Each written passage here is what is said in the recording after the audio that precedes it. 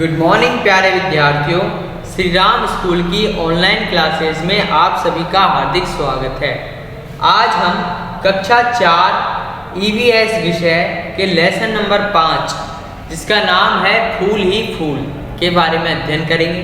देखो, आज हम फूलों के बारे में अध्ययन करेंगे। बहुत ही अच्छा पार्ट है। पढ़ना स्टार्ट करते हैं। ध्यान से पढ़ना बच्चों, ठीक है? चलो स्टार्ट करते हैं। फूलों से बातचीत। खुशी आज बहुत ही खुश थी क्योंकि आज वो अपने पापा के साथ बगीचे गुलाब बाग में घूमने जा रही थी। कौन जा रही थी घूमने? खुशी। और किसके साथ जा रही थी? अपने पापा के साथ। उसने सोचा वहाँ जाने के लिए फूलों वाली फ्रॉक ही पहननी चाहिए। क्या सोचा उसने कि अब फूलों के बगीचे में जा रही हूँ तो फूलों वाली क्या पहननी चाहिए? फ्रॉक पहननी चाहिए। बगीचे में पहुँचते ही चारों तरफ फूल ही फूल देखकर उसकी खुशी का ठिकाना नहीं रहा। मतलब वो बहुत ही खुश हुई। सबसे पहले वह गुलाब की क्यारी के पास गई और फूल से पूछा, तुम कौन हो? क्या पूछा फूल से? तुम कौन हो? अब देखिए, रंग बिरंगे फूलों में पहला आता है गुलाब। अब देखो, गुलाब बोलता है खुशी से, मैं गुलाब हूँ, मेरा रंग गुलाबी है, मैं खुशबू से भरपूर हूँ। मतलब खुशबू, बहुत अच्छी खुशबू है मेरे अंदर। मेरी पंखुड़ियों से इत्र व गुलकंद बनता है। इत्र मतलब परफ्यूम, सेंट, और गुलकंद यानी गुलकंद होता है ना खाने का। वो तितली, भंवरे, मधुमक्खियाँ व कीट पतंगे मेरा रस चूसकर अपना पेट भरते हैं। खुशी उछल उछल कर गुलाब पर बैठी तितली के पीछे दौड़ रही थी।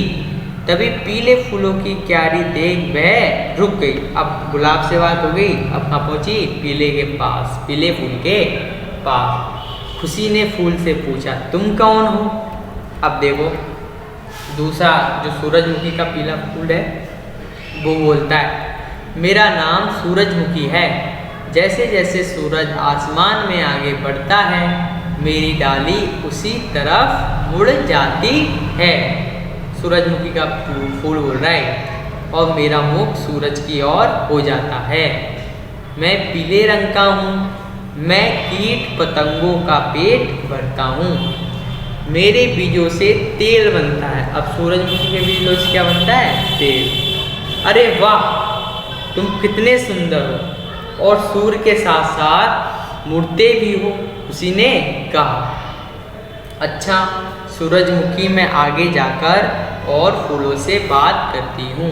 वह आगे बढ़ गई। अब दो फूलों से बात हो गई। अब आगे जाती है वो। अरे ये पानी में कितने सुंदर फूल तैर रहे हैं। फूल फूल तुम कौन हो? अब उसने क्या किया?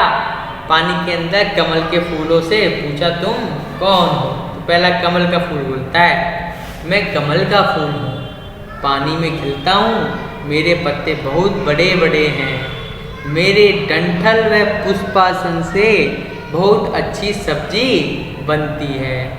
अब आगे चलते हैं। अच्छा, मैंने तुम्हें अपनी स्कूल में भी देखा है। खुशी बोलती है, तुम तो वही फूल हो जिस पर माँ सरस्वती विराजमान है। कमल के पेड़ पे कौन बैठती है? माँ सरस्वती। हाँ, वही कमल का फूल हूँ जिस पर माँ सरस्वती विराजमान रहती है। हाँ, कमल का फूल मुस्कुरा दिया। ठीक है, हाँ करके मुस्कुरा दिया। सोचिए और लिखिए। ये कुछ क्वेश्चंस है जो बच्चों मैं आपको दे रहा हूँ, ये आपको ही करने। मैं पढ़ के सुना देता हूँ एक बार। गुलाबी रंग के 2 फूलों के नाम लिखिए। ठीक है, जल में खिलने वाले फूलों के नाम लिखिए। पीले रंग के 2 फूलों के नाम लिखिए। कौन कौन से फूल खाने के काम आते हैं ये भी बताना है। किन किन फूलों के बीजों से तेल निकलता है। किस फूल की पंखुड़ियों से गुलकंद बनता है। ये सारे क्वेश्चन आपको करने हैं और मुझे कमेंट बॉक्स में कमेंट करके बताना है। अब देखिए, मधुमक्खियों के बारे में पढ़ लेते हैं। मधुमक्खी अच्छी है। खुशी आगे बढ़ रही थी, तभी एक मधुमक्खी ने उसके पास आकर कहा, खुशी तुम तितली के पीछे तो दौड़ दौड़ कर खेल रही थी, मेरे साथ भी खेलो ना। अरे भन्न भन्न की गुंजन करने वाली सखी तुम कौन हो? खुशी ने पूछा। खुशी ने मुस्कुराते हुए पूछा कि भन भन की आवाज़ करने वाली तुम कौन हो? तो अब देखो मधुमक्खी बोलेगी। मधुमक्खी का छत्ता दिख रहा है आपको? अब देखो मधुमक्खी क्या कहती है। मैं मधुमक्खी हूँ, मैं शहद बनाती हूँ, मैं फूलों का रस चूस चूस कर अपने पेट में बनी छोटी थैली में भर लेती हूँ। मेरे पेट में इस रस से पतला शहद बनता है। तुमने मेरा छत्ता देखा होगा। देखा नहीं छत्ता? देखो ये दिखा दिया मैंने, है ना। अब आगे चलते। हाँ, मेरे विद्यालय के पास बरगद के पेड़ पर एक बहुत बड़ा छत्ता है। खुशी बोल रही है। मैं और अन्य मधुमक्खियाँ छत्ते में बने खानों में इस पतले शहद को उड़ेल देते हैं।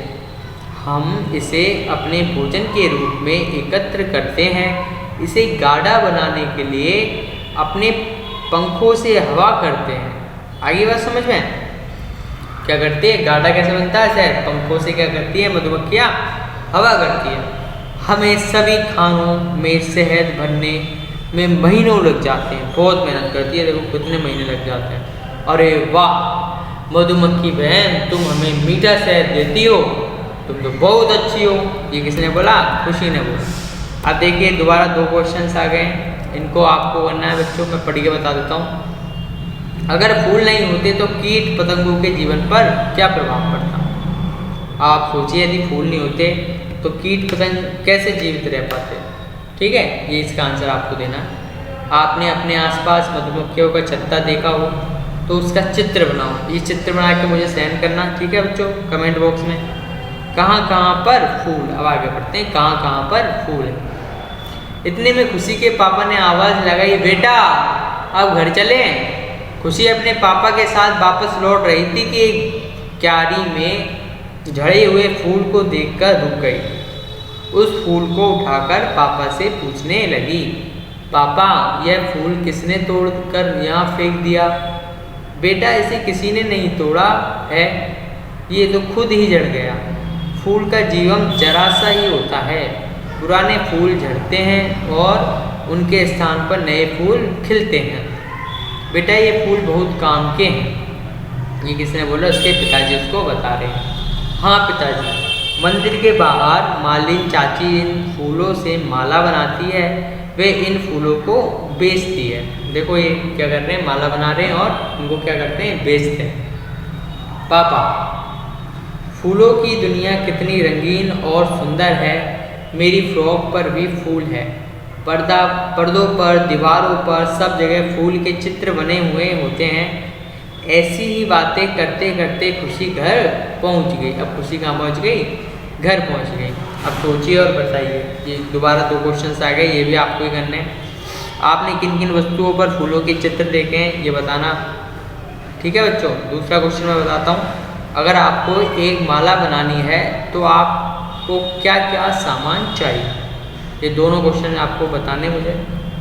आगे चलते हैं, आगे कुछ और क्वेश्चन आ रहे हैं, ठीक है बच्चों। सारे क्वेश्चन करने में चेक करूँगा। अगला क्वेश्चन, बाजार में फूल किस भाव से बेचे हुए खरीदे जाते हैं? फूलों को हम कहाँ कहाँ उपयोग करते हैं? सूची बनाइए। किसी भी माला को देखकर उसमें पिरोए गए फूलों को गिनिए और लिखिए। राजस्थान के राज्य पुष्प का नाम क्या है? उसका चित्र बनाइए। ये मैं बता देता हूँ, रोहिला नाम है, ठीक है। अगला क्वेश्चन, भारत के राष्ट्रीय पुष्प का चित्र बनाइए। ये आपको पता करना है। यह भी कीजिए। आपके आसपास के फूलों को ध्यान में देखिए और फूलों के नाम, रंग व आकार के आधार पर उनके समूह बनाइए। ये सारे क्वेश्चंस आपको करने बच्चों।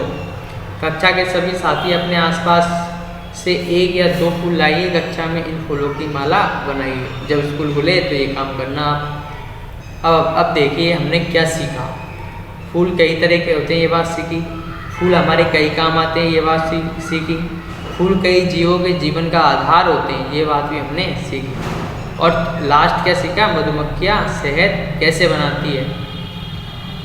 अब देखिए आगे, जाना समझा अब बताइए। तो देखिए आपके क्षेत्र में कौन कौन से फूल लगते हैं, ये बताना है आपको कि आपके आसपास कौन कौन से फूल लगे हुए हैं।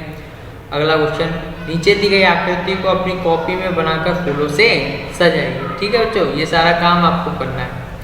चले आगे। अब देखिए, फूलों से नित हंसना सीखो, भौरों से नित गाना सीखो। ये अपना पाठ होता है खत्म।